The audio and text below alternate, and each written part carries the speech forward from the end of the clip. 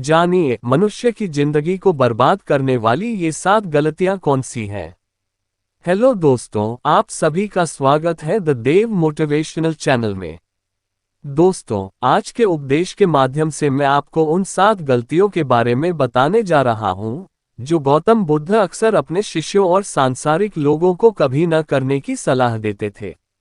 दोस्तों, अगर आप अपने जीवन में खुश रहना चाहते हैं तो आज से ही ये 7 गलतियां करना बंद कर दीजिए।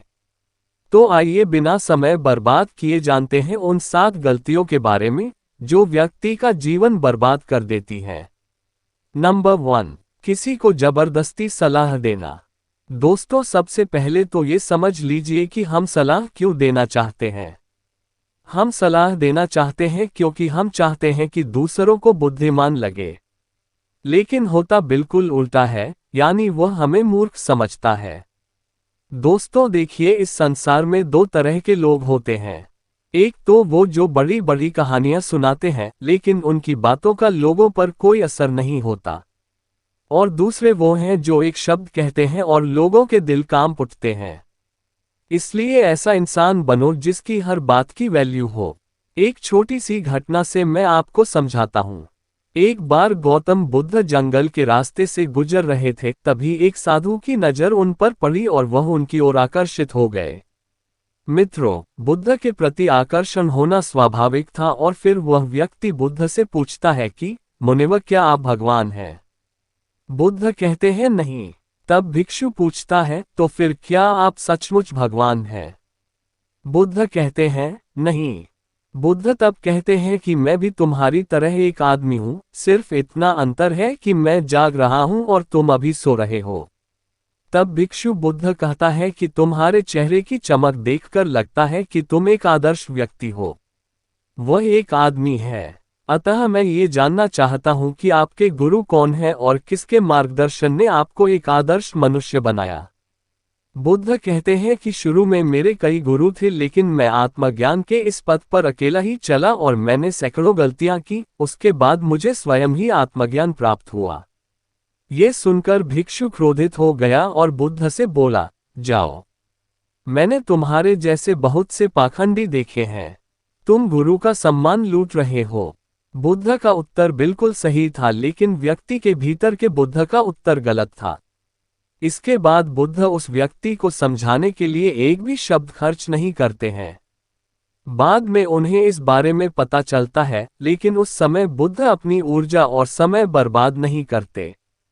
सूत्र यह है कि सलाह या ज्ञान केवल उन लोगों को दें जिन्हें इसकी आवश्यकता है। नंबर 2, अपने आप को किसी वस्तु, व्यक्ति या परिस्थिति से बांधना। दोस्तों, ये जिंदगी 2 रास्तों पर आधारित है। पहले आप प्रगति करोगे और फिर विनाश की ओर जाओगे।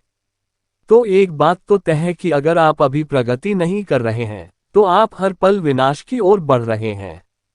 ये बात भले ही आप जानते हो या नहीं। दोस्तों, लोग नशा इसलिए नहीं छोड़ते क्योंकि उन्हें अभी तक पता नहीं होता कि यह भविष्य में कितना विनाशकारी हो सकता है। इसलिए जो चीजें आपके भविष्य में बाधा बन रही हैं, उन्हें धीरे धीरे ही सही, आज से ही छोड़ना शुरू कर दें। फिर आपकी जिंदगी धीरे धीरे बदलने लगेगी। नंबर 3, हर किसी की सलाह को ज्यादा गंभीरता से न लें। दोस्तों, उसकी सलाह को गंभीरता से न लें जो देने लायक ना हो। कैसे पता करें कि कौन योग्य है और कौन नहीं? सीधी सी बात है, अगर कोई बुजुर्ग व्यक्ति है और सभी लोग उसका सम्मान करते हैं, तो सिर्फ इसलिए उसकी सलाह को कभी गंभीरता से न लें। बड़े बुजुर्ग अच्छी सलाह देते हैं, लेकिन ये हर बार सच नहीं होता। दोस्तों, अगर आपको बनना चाहते हैं और किसी गायक से सलाह लेते हैं, तो संभव है कि गायक आपको सलाह तो दे, लेकिन आपका खाना नहीं बनेगा जो आप चाहते हैं। हर सलाह को अपने अनुभव के आधार पर परखें और बिना अनुभव किए किसी नतीजे पर न पहुंचें। तो दोस्तों, हर किसी की सलाह को गंभीरता से ना लें।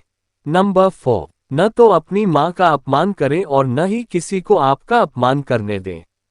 इस पूरी दुनिया में अगर कोई है जो आपको निस्वार्थ भाव से प्यार करता है, तो वह आपकी अपनी मां है।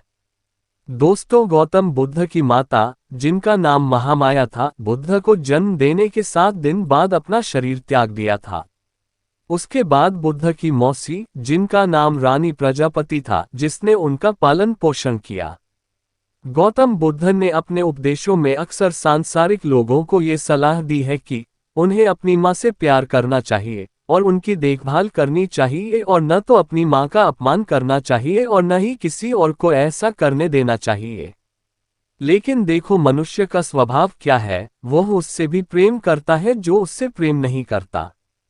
दोस्तों, जिन लोगों को लगता है कि उनके पास जीवन में कुछ बड़ा करने का कोई बड़ा कारण नहीं है, तो आइए आज मैं आपको एक बड़ा कारण बताता हूँ।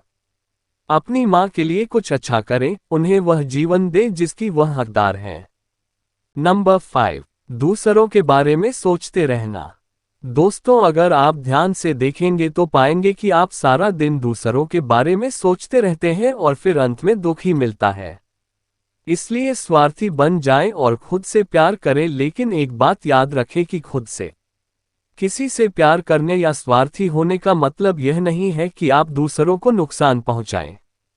मित्रों, बुद्ध भी स्वार्थी हो गए थे ताकि उन्हें ज्ञान प्राप्त हो सके।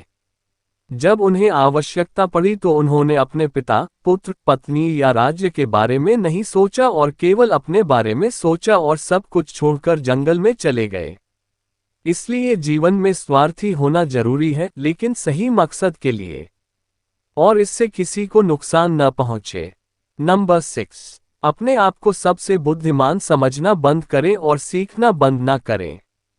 दोस्तों, हमारे समाज में ऐसे बहुत से लोग हैं जो अपने आप को सबसे बुद्धिमान मानते हैं और हमेशा कहते हैं कि उन्हें सब कुछ आता है। ऐसे लोग कभी भी कुछ नया सीखने की कोशिश नहीं करते, जिसके कारण वे हमेशा पीछे रह जाते हैं। दोस्तों, जब हम कहते हैं कि हम सब कुछ जानते हैं, तो हम अपने हाथों से ज्ञान प्राप्त करने का दरवाजा बंद कर लेते हैं, जिससे हम पिछड़ने लगते हैं। दोस्तों, बिल गेट्स और वॉरेन बफे आज भी दिन में ज्यादातर समय पढ़ते रहते हैं और कुछ नया सीखते रहते हैं। दोस्तों, इसलिए हमेशा कुछ नया सीखते रहिए और आगे बढ़ते रहिए। नंबर 7, अपना समय बर्बाद ना करना।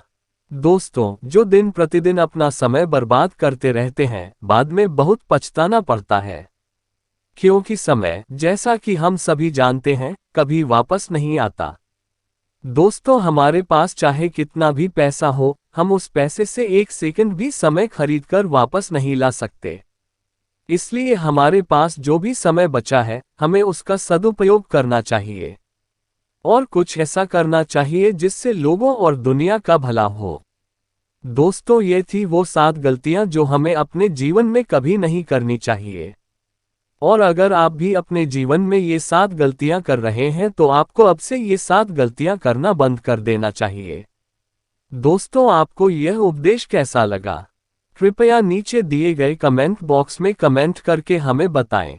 साथ ही अगर आपको ये प्रवचन पसंद आया और ये आपके लिए उपयोगी लगा, तो इस प्रवचन को अपने दोस्तों के साथ जरूर शेयर करें। और ऐसे ही ज्ञान से भरपूर वीडियो देखना चाहते हैं तो मेरी चैनल द देव मोटिवेशनल को सब्सक्राइब कर लेना। दोस्तों, हम आपसे फिर मिलेंगे ऐसी ही एक सेल्फ हेल्प सलाह के साथ। तब तक आप जहां भी रहें खुश रहें और खुशियां बांटते रहें। हमें अपना बहुमूल्य समय देने के लिए हार्दिक धन्यवाद। स्माइल।